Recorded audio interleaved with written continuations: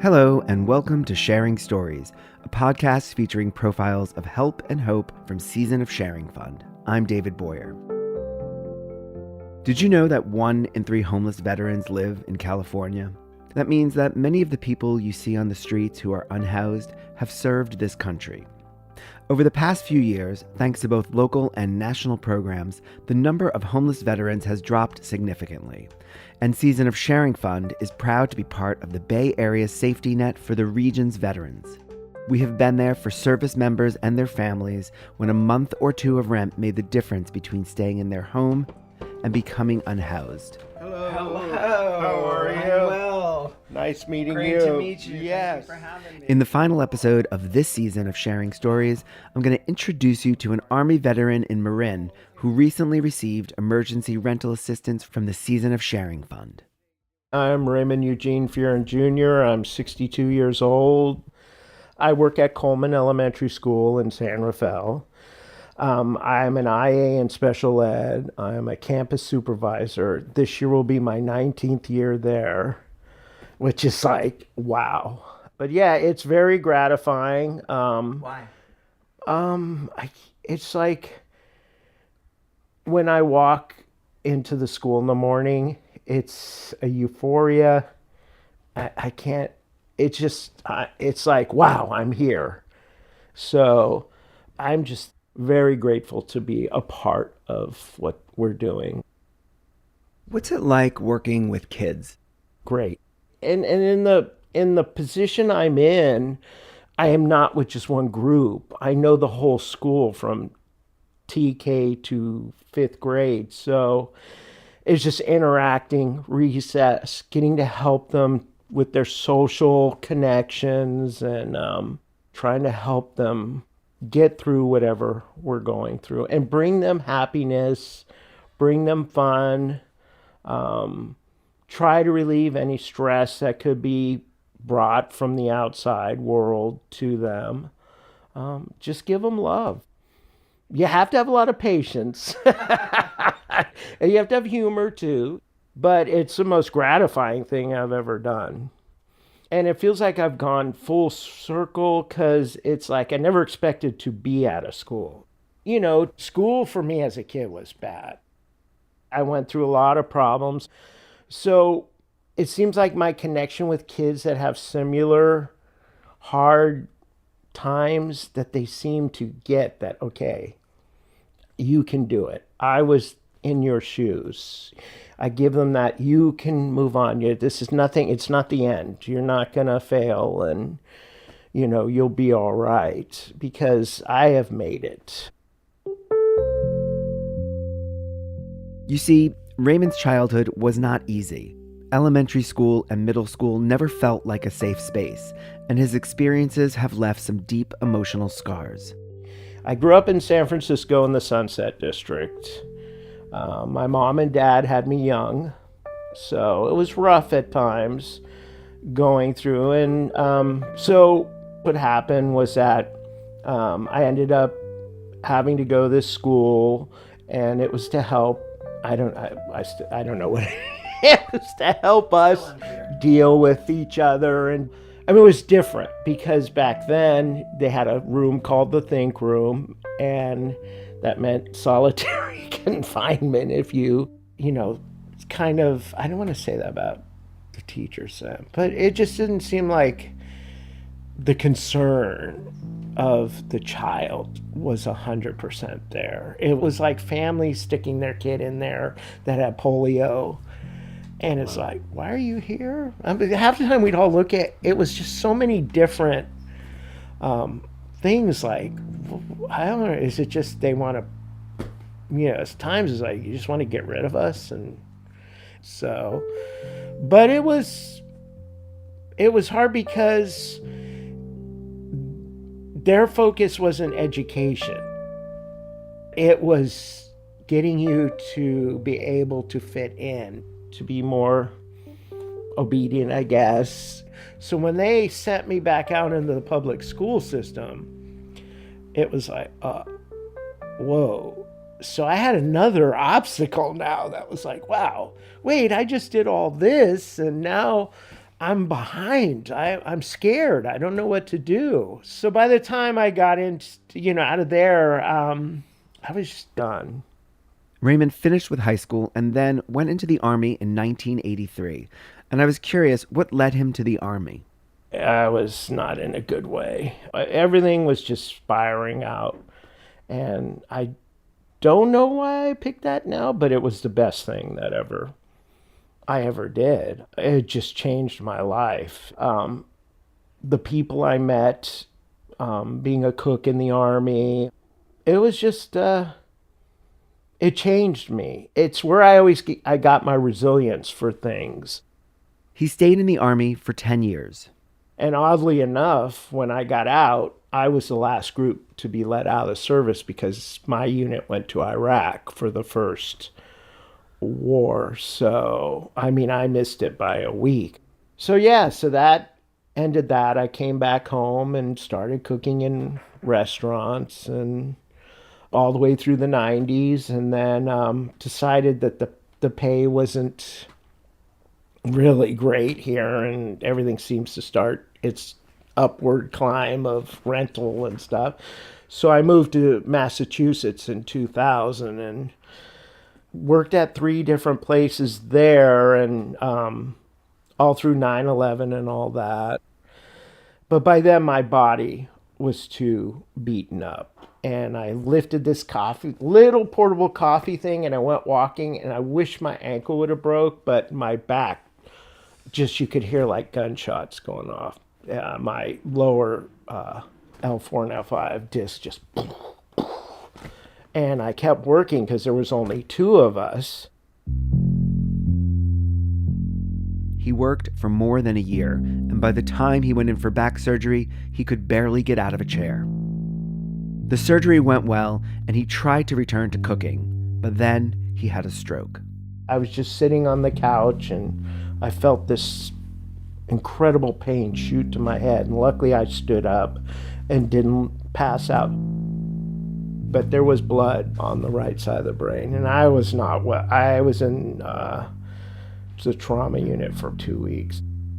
After that, I ballooned up to 325 pounds and I was in denial that I was in depression. So then my lawyer at the time was helping me to get on SSI. And then I did at 44. And then I was just like, no way. How am I going to live off of this kind of money?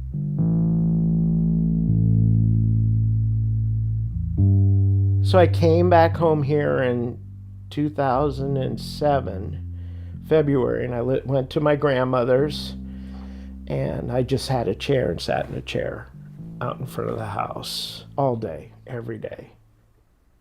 For many people, that's how the story would end. They would continue to slide, their health would deteriorate, depression would take hold, and they would eventually give up or succumb. I am an optimist because I believe things are never doom and gloom. Because there's good people. There's people that believe like I do. I believe that goodness can happen. Or you could care about people no matter who they are, what race they are, what religion or where we're from. For Ray, the climb back started with 2 women who lived near him in the Sunset and refused to let him fade away. I met this incredible woman, Julie, that lived 2 blocks up. So I became friends with her. It was like that toughness of, are you going to feel sorry for yourself? And can you lose weight? So I was like, oh, okay. So we started walking and walking. So I lost 125 pounds, not dieting, walking and eating good stuff, not junk. And then another neighbor encouraged him to volunteer at her children's elementary school in Marin. So I did it. I showed up, and first grade class, I'll remember, just started reading to a group of kids and coming home and being like, oh my God, it's incredible. And I was volunteer at first. Now I'm with the San Rafael school district for 12 years, I think. So, but at the school 19. But yeah, it just kept evolving into more and more of, I always say I'm their tool. Like, And that's what I've wanted to be like, their help, whatever they need. I'm there to help. He's also been able to use lessons from his childhood to help kids at the elementary school.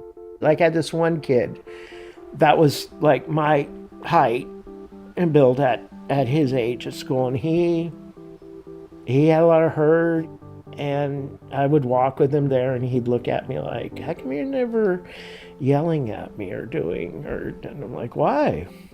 And he was trying to figure me out, and I'm just like, I said to him once, I think you already have figured me out. And he was like, oh. And he was like, yeah, so I'm like, you need to talk.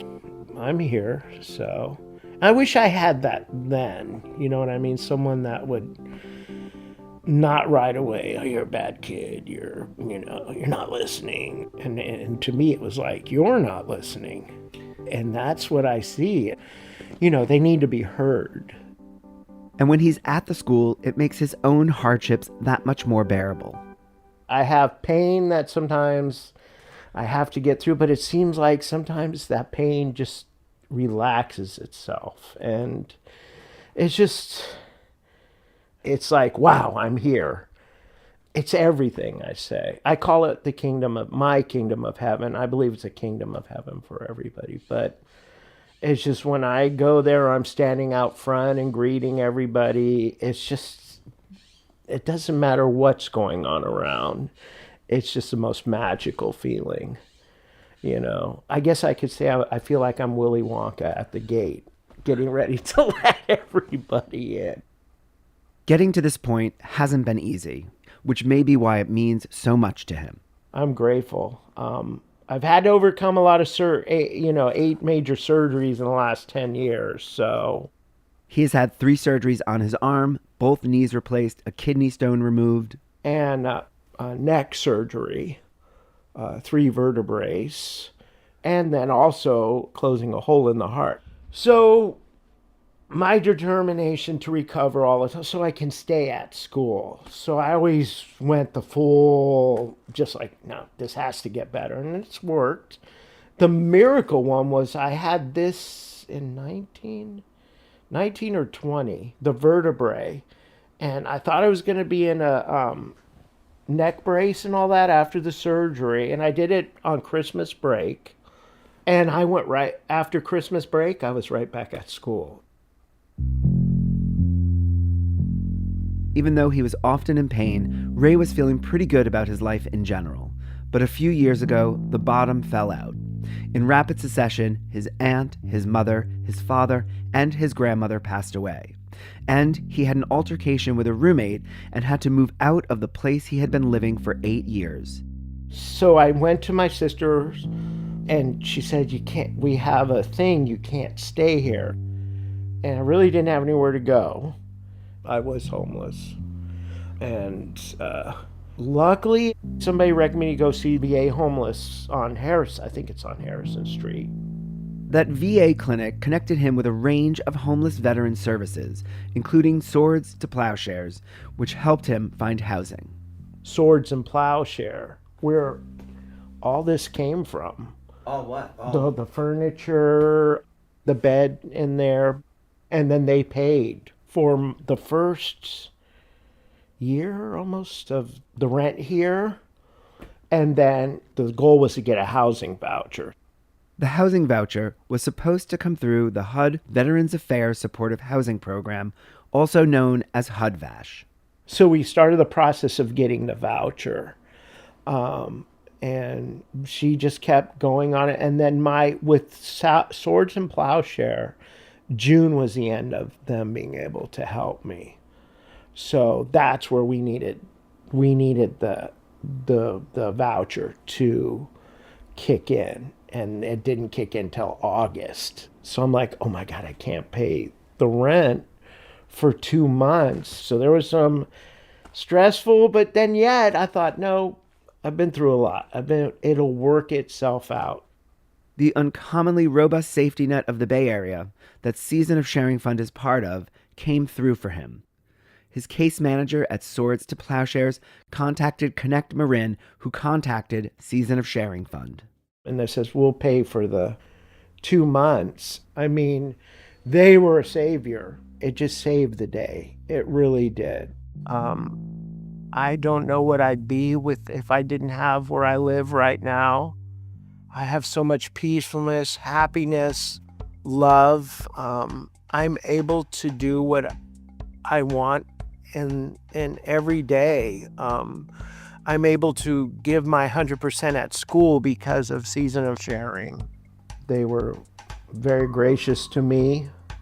I can't appreciate them more than I do. It's awesome. So I'm glad there is someone doing something like that for all the people in need at this moment. It is hard. And Marin is, well, it seems like everywhere is the same now. It's expensive. And I'm lucky I have the VA HUD VASH that helps me. I'm grateful for them, my social worker, the whole process, including the Season of Sharing. It got pretty scary and desperate there at one point. But with them, it kind of didn't. So I'm hoping that they can help much, much more people that are in need and also don't really know about this or about ways to get help. Because for a long time, I didn't know in the VA that a homeless place existed downtown. And then once I did, it's like all the wheels just went in motion. So that, I think, knowledge is huge. That people know that if they're in a desperate situation, there is help out there. There is someone there for you.